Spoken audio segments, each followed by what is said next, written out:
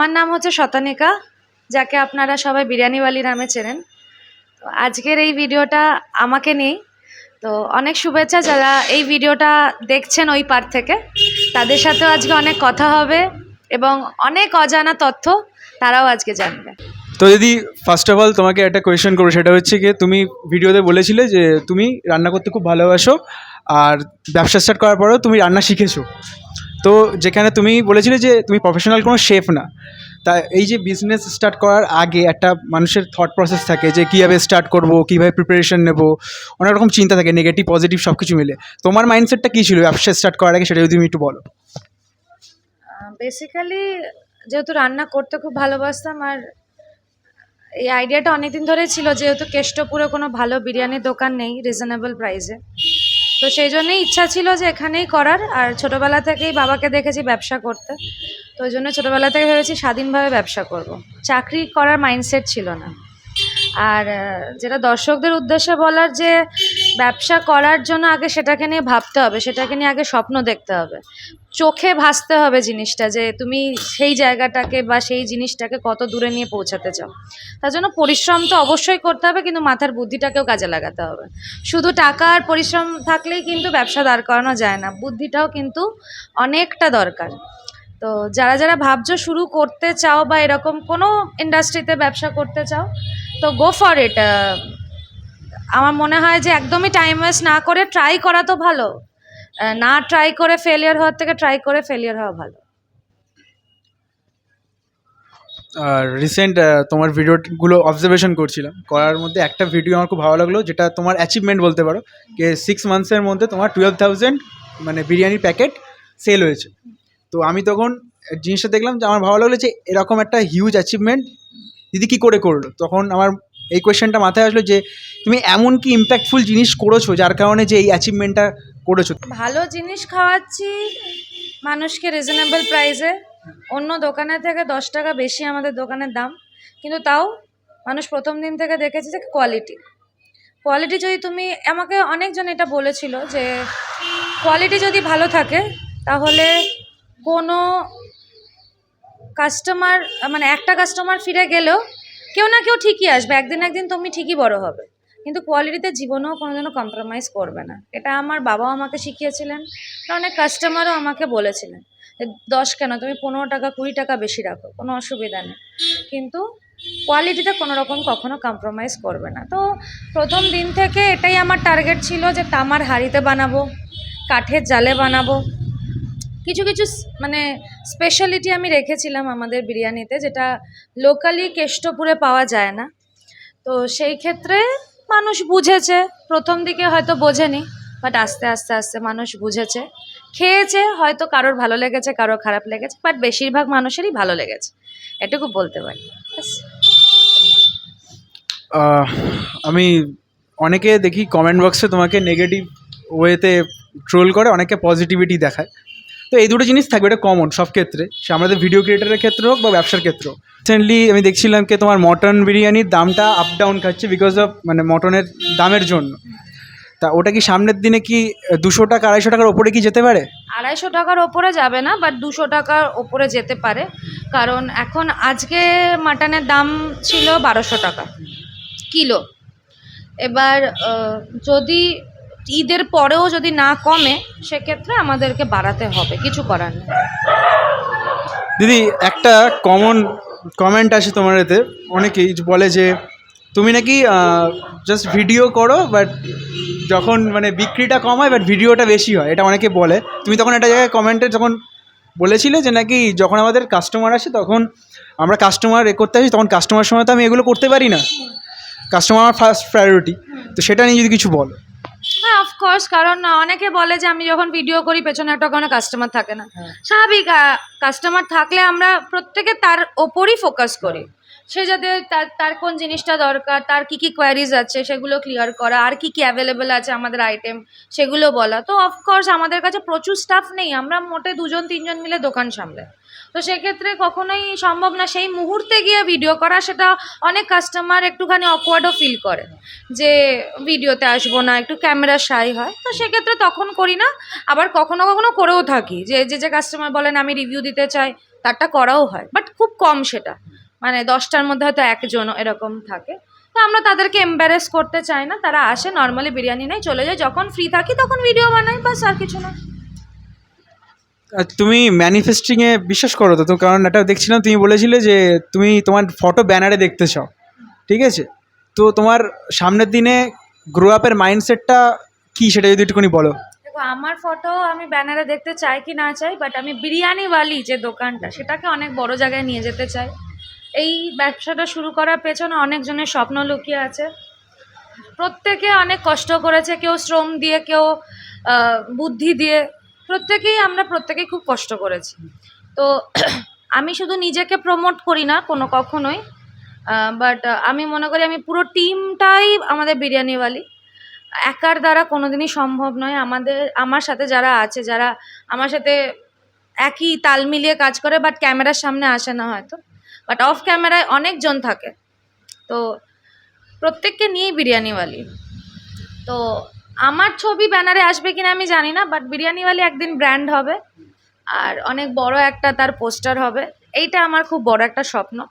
আর আশা করি যে মেহনত আমি করছি আর যে লয়ালটি রেখে আমি চেষ্টা করছি ব্যবসা করার, আশা করি একদিন না একদিন, হয়তো একদিনেই নয়, মানে একদিনেই হবে না, বাট একদিন ঠিকই হবে। তুমি একটা কমন কথা বলো, আমি দেখেছি যে আমি যদি পারি তোমরাও পারবে, যে এটা একটা মোটিভেশন একটা তো আমার একটা কথা আছে যে তুমি নিজেকে কি ট্যাগ দিতে চাও? তুমি কি একজন সেফ বিজনেসম্যান নাকি রিস্ক নিতে ভালোবাসো? অফকোর্স আমি রিস্ক নিয়েছি জীবনে, কারণ আমার যা এডুকেশনাল কোয়ালিফিকেশন ছিল সেটাতে অফকোর্স যে কেউ বলবে যে আমি চাকরিই করব। আমার ফ্যামিলি মেম্বার্সরাও ভেবেছিল চাকরিই করব আমি, বাট আমি কখনোই চাকরি করতে চাইনি। এবার বাবা মা অনেক সাপোর্ট করেছে, বাবা মা, আমার দাদা অনেক কিছু সাপোর্ট করে যখন আমি বলেছি যে না চাকরি করব না।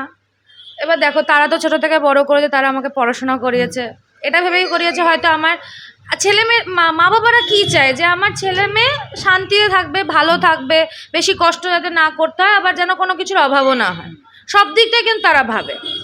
এবার আজকের ডেটে কিন্তু মেয়েরাও পিছিয়ে নেই। আজকে আমরা অনেক বড় বড় ব্র্যান্ড জানি যেখানকার ওনার মেয়েরা, সেটা কসমেটিক্সের হোক, ফুডের হোক, যে কোনো অনেক কিছুর, কোনো ফ্যাশনের কোম্পানি হোক, অনেক কিছুর ওনার কিন্তু মেয়েরা। তো যখন বলি এই জিনিসটা যে আমি ব্যবসা করব, আমি চাকরি করব না, একটু শখ হয়, বাট তারা আমার মানে আমার কথাটা বিশ্বাস রাখে এবং আমাকেও বিশ্বাস করে। তো তারপর ব্যবসাটায় নামি। তো আমি মনে করি আমি কৃষ্ণনগর থেকে, দেখো কৃষ্ণনগর একটা খুব ছোট্ট একটা জায়গা, একটা মফস্বল, তো ওখানকার মেয়ে আমি। তো ম্যাক্স টু ম্যাক্স ওখানে মেয়েরা পড়াশোনা করে হার্ডলি কৃষ্ণনগর থেকে একটু দূরেই গেছে, বা আমার বান্ধবী, আমার যারা পড়াশোনা করতো আমার সাথে, তাদের মোটামুটি সবারই বিয়ে হয়ে গেছে এখন, তারা এখন প্রপার সংসারী হয়ে গেছে। বাট আমি একটা জীবনে রিস্ক নিয়েছি, আর আমি যদি ওই ছোট একটা জায়গা থেকে উঠে এসে আজকে একটু হলেও নাম কামাতে পারি বা কষ্ট করতে পারি, আমি মনে করি আমার মতো প্রত্যেকে করতে পারে, যদি সে নিজের মন থেকে চায়।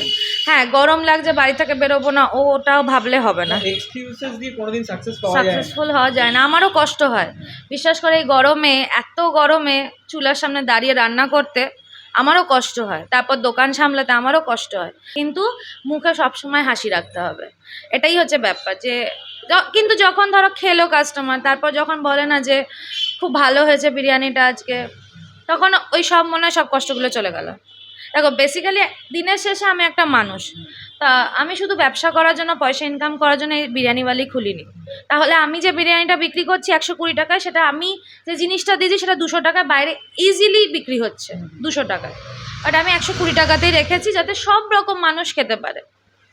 এবার লোক ঠকিয়ে ব্যবসা, লোক ঠকানো ব্যবসা আমি করছি না, এটুকু আমি দাবি দিয়ে বলতে পারি। যে কেউ এসে আমায় চ্যালেঞ্জ করুক, যে কেউ এসে আমার মেকিং ভিডিও বানাক, বিরিয়ানি মেকিং ভিডিও, আমি রোজ যেটা দিই আমি ওই দিনও সেটাই দেব।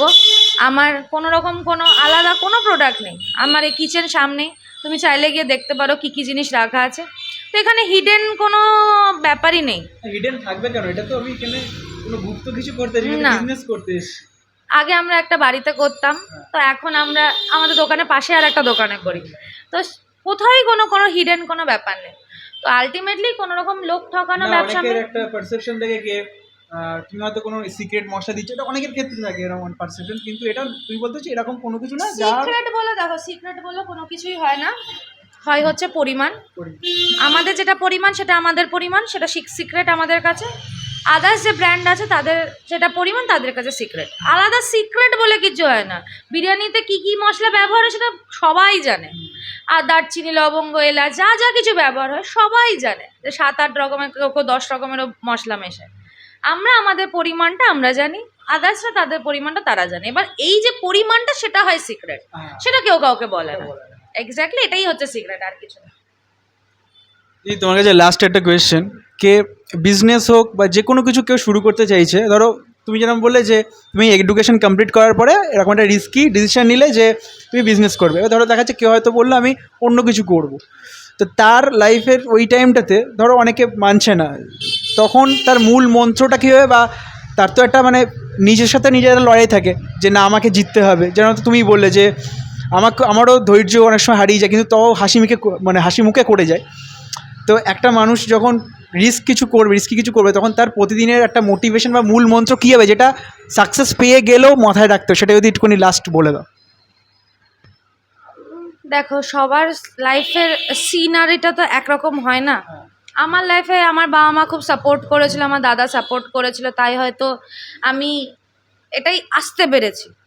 বাট প্রত্যেকের জীবনে সেটা হবে না। কিন্তু আমার মনে হয় যে যদি তুমি কোনো জিনিসটাকে খুব মন থেকে চাইছো আর সেটার পেছনে যদি তুমি লেগে আছো, মানে একদিন দুদিন না, আমারও কোনো দিন ঘুম থেকে উঠে মনে হয় যে আজ আর যেতে ইচ্ছা করছে, আজ থাক, দোকানটা বন্ধ থাক, আর আমার গা হাত পা ব্যথা করছে, ভাল লাগছে না। কিন্তু ওই জিনিসটাকে যেদিন তুমি ভাঙিয়ে উঠতে পারবে, সেদিনই জানবে যে তোমার সাকসেসের রাস্তা শুরু হয়ে গেছে। আমি একটা অনেস্ট দিচ্ছি কথা বলছি, আজকে কিন্তু যখন আমার দুপুরবেলার দিকেও এরকম হচ্ছিলো, বিশাল ঘুম পাচ্ছিল, তখন মনে হচ্ছিলো দূর আমি আজকে যাবো না, দিকে শ্যুট করবো না, কিন্তু হঠাৎ করে ঘুম থেকে উঠে মনে হলো যে আজকে যদি আমি একটা এপিসোড না করি তাহলে আমি পিছিয়ে যাব, মানে কারোর থেকে পিছিয়ে না, নিজের থেকে নিজে পিছিয়ে যাবো, তাই নিজে পিছলে হবে না।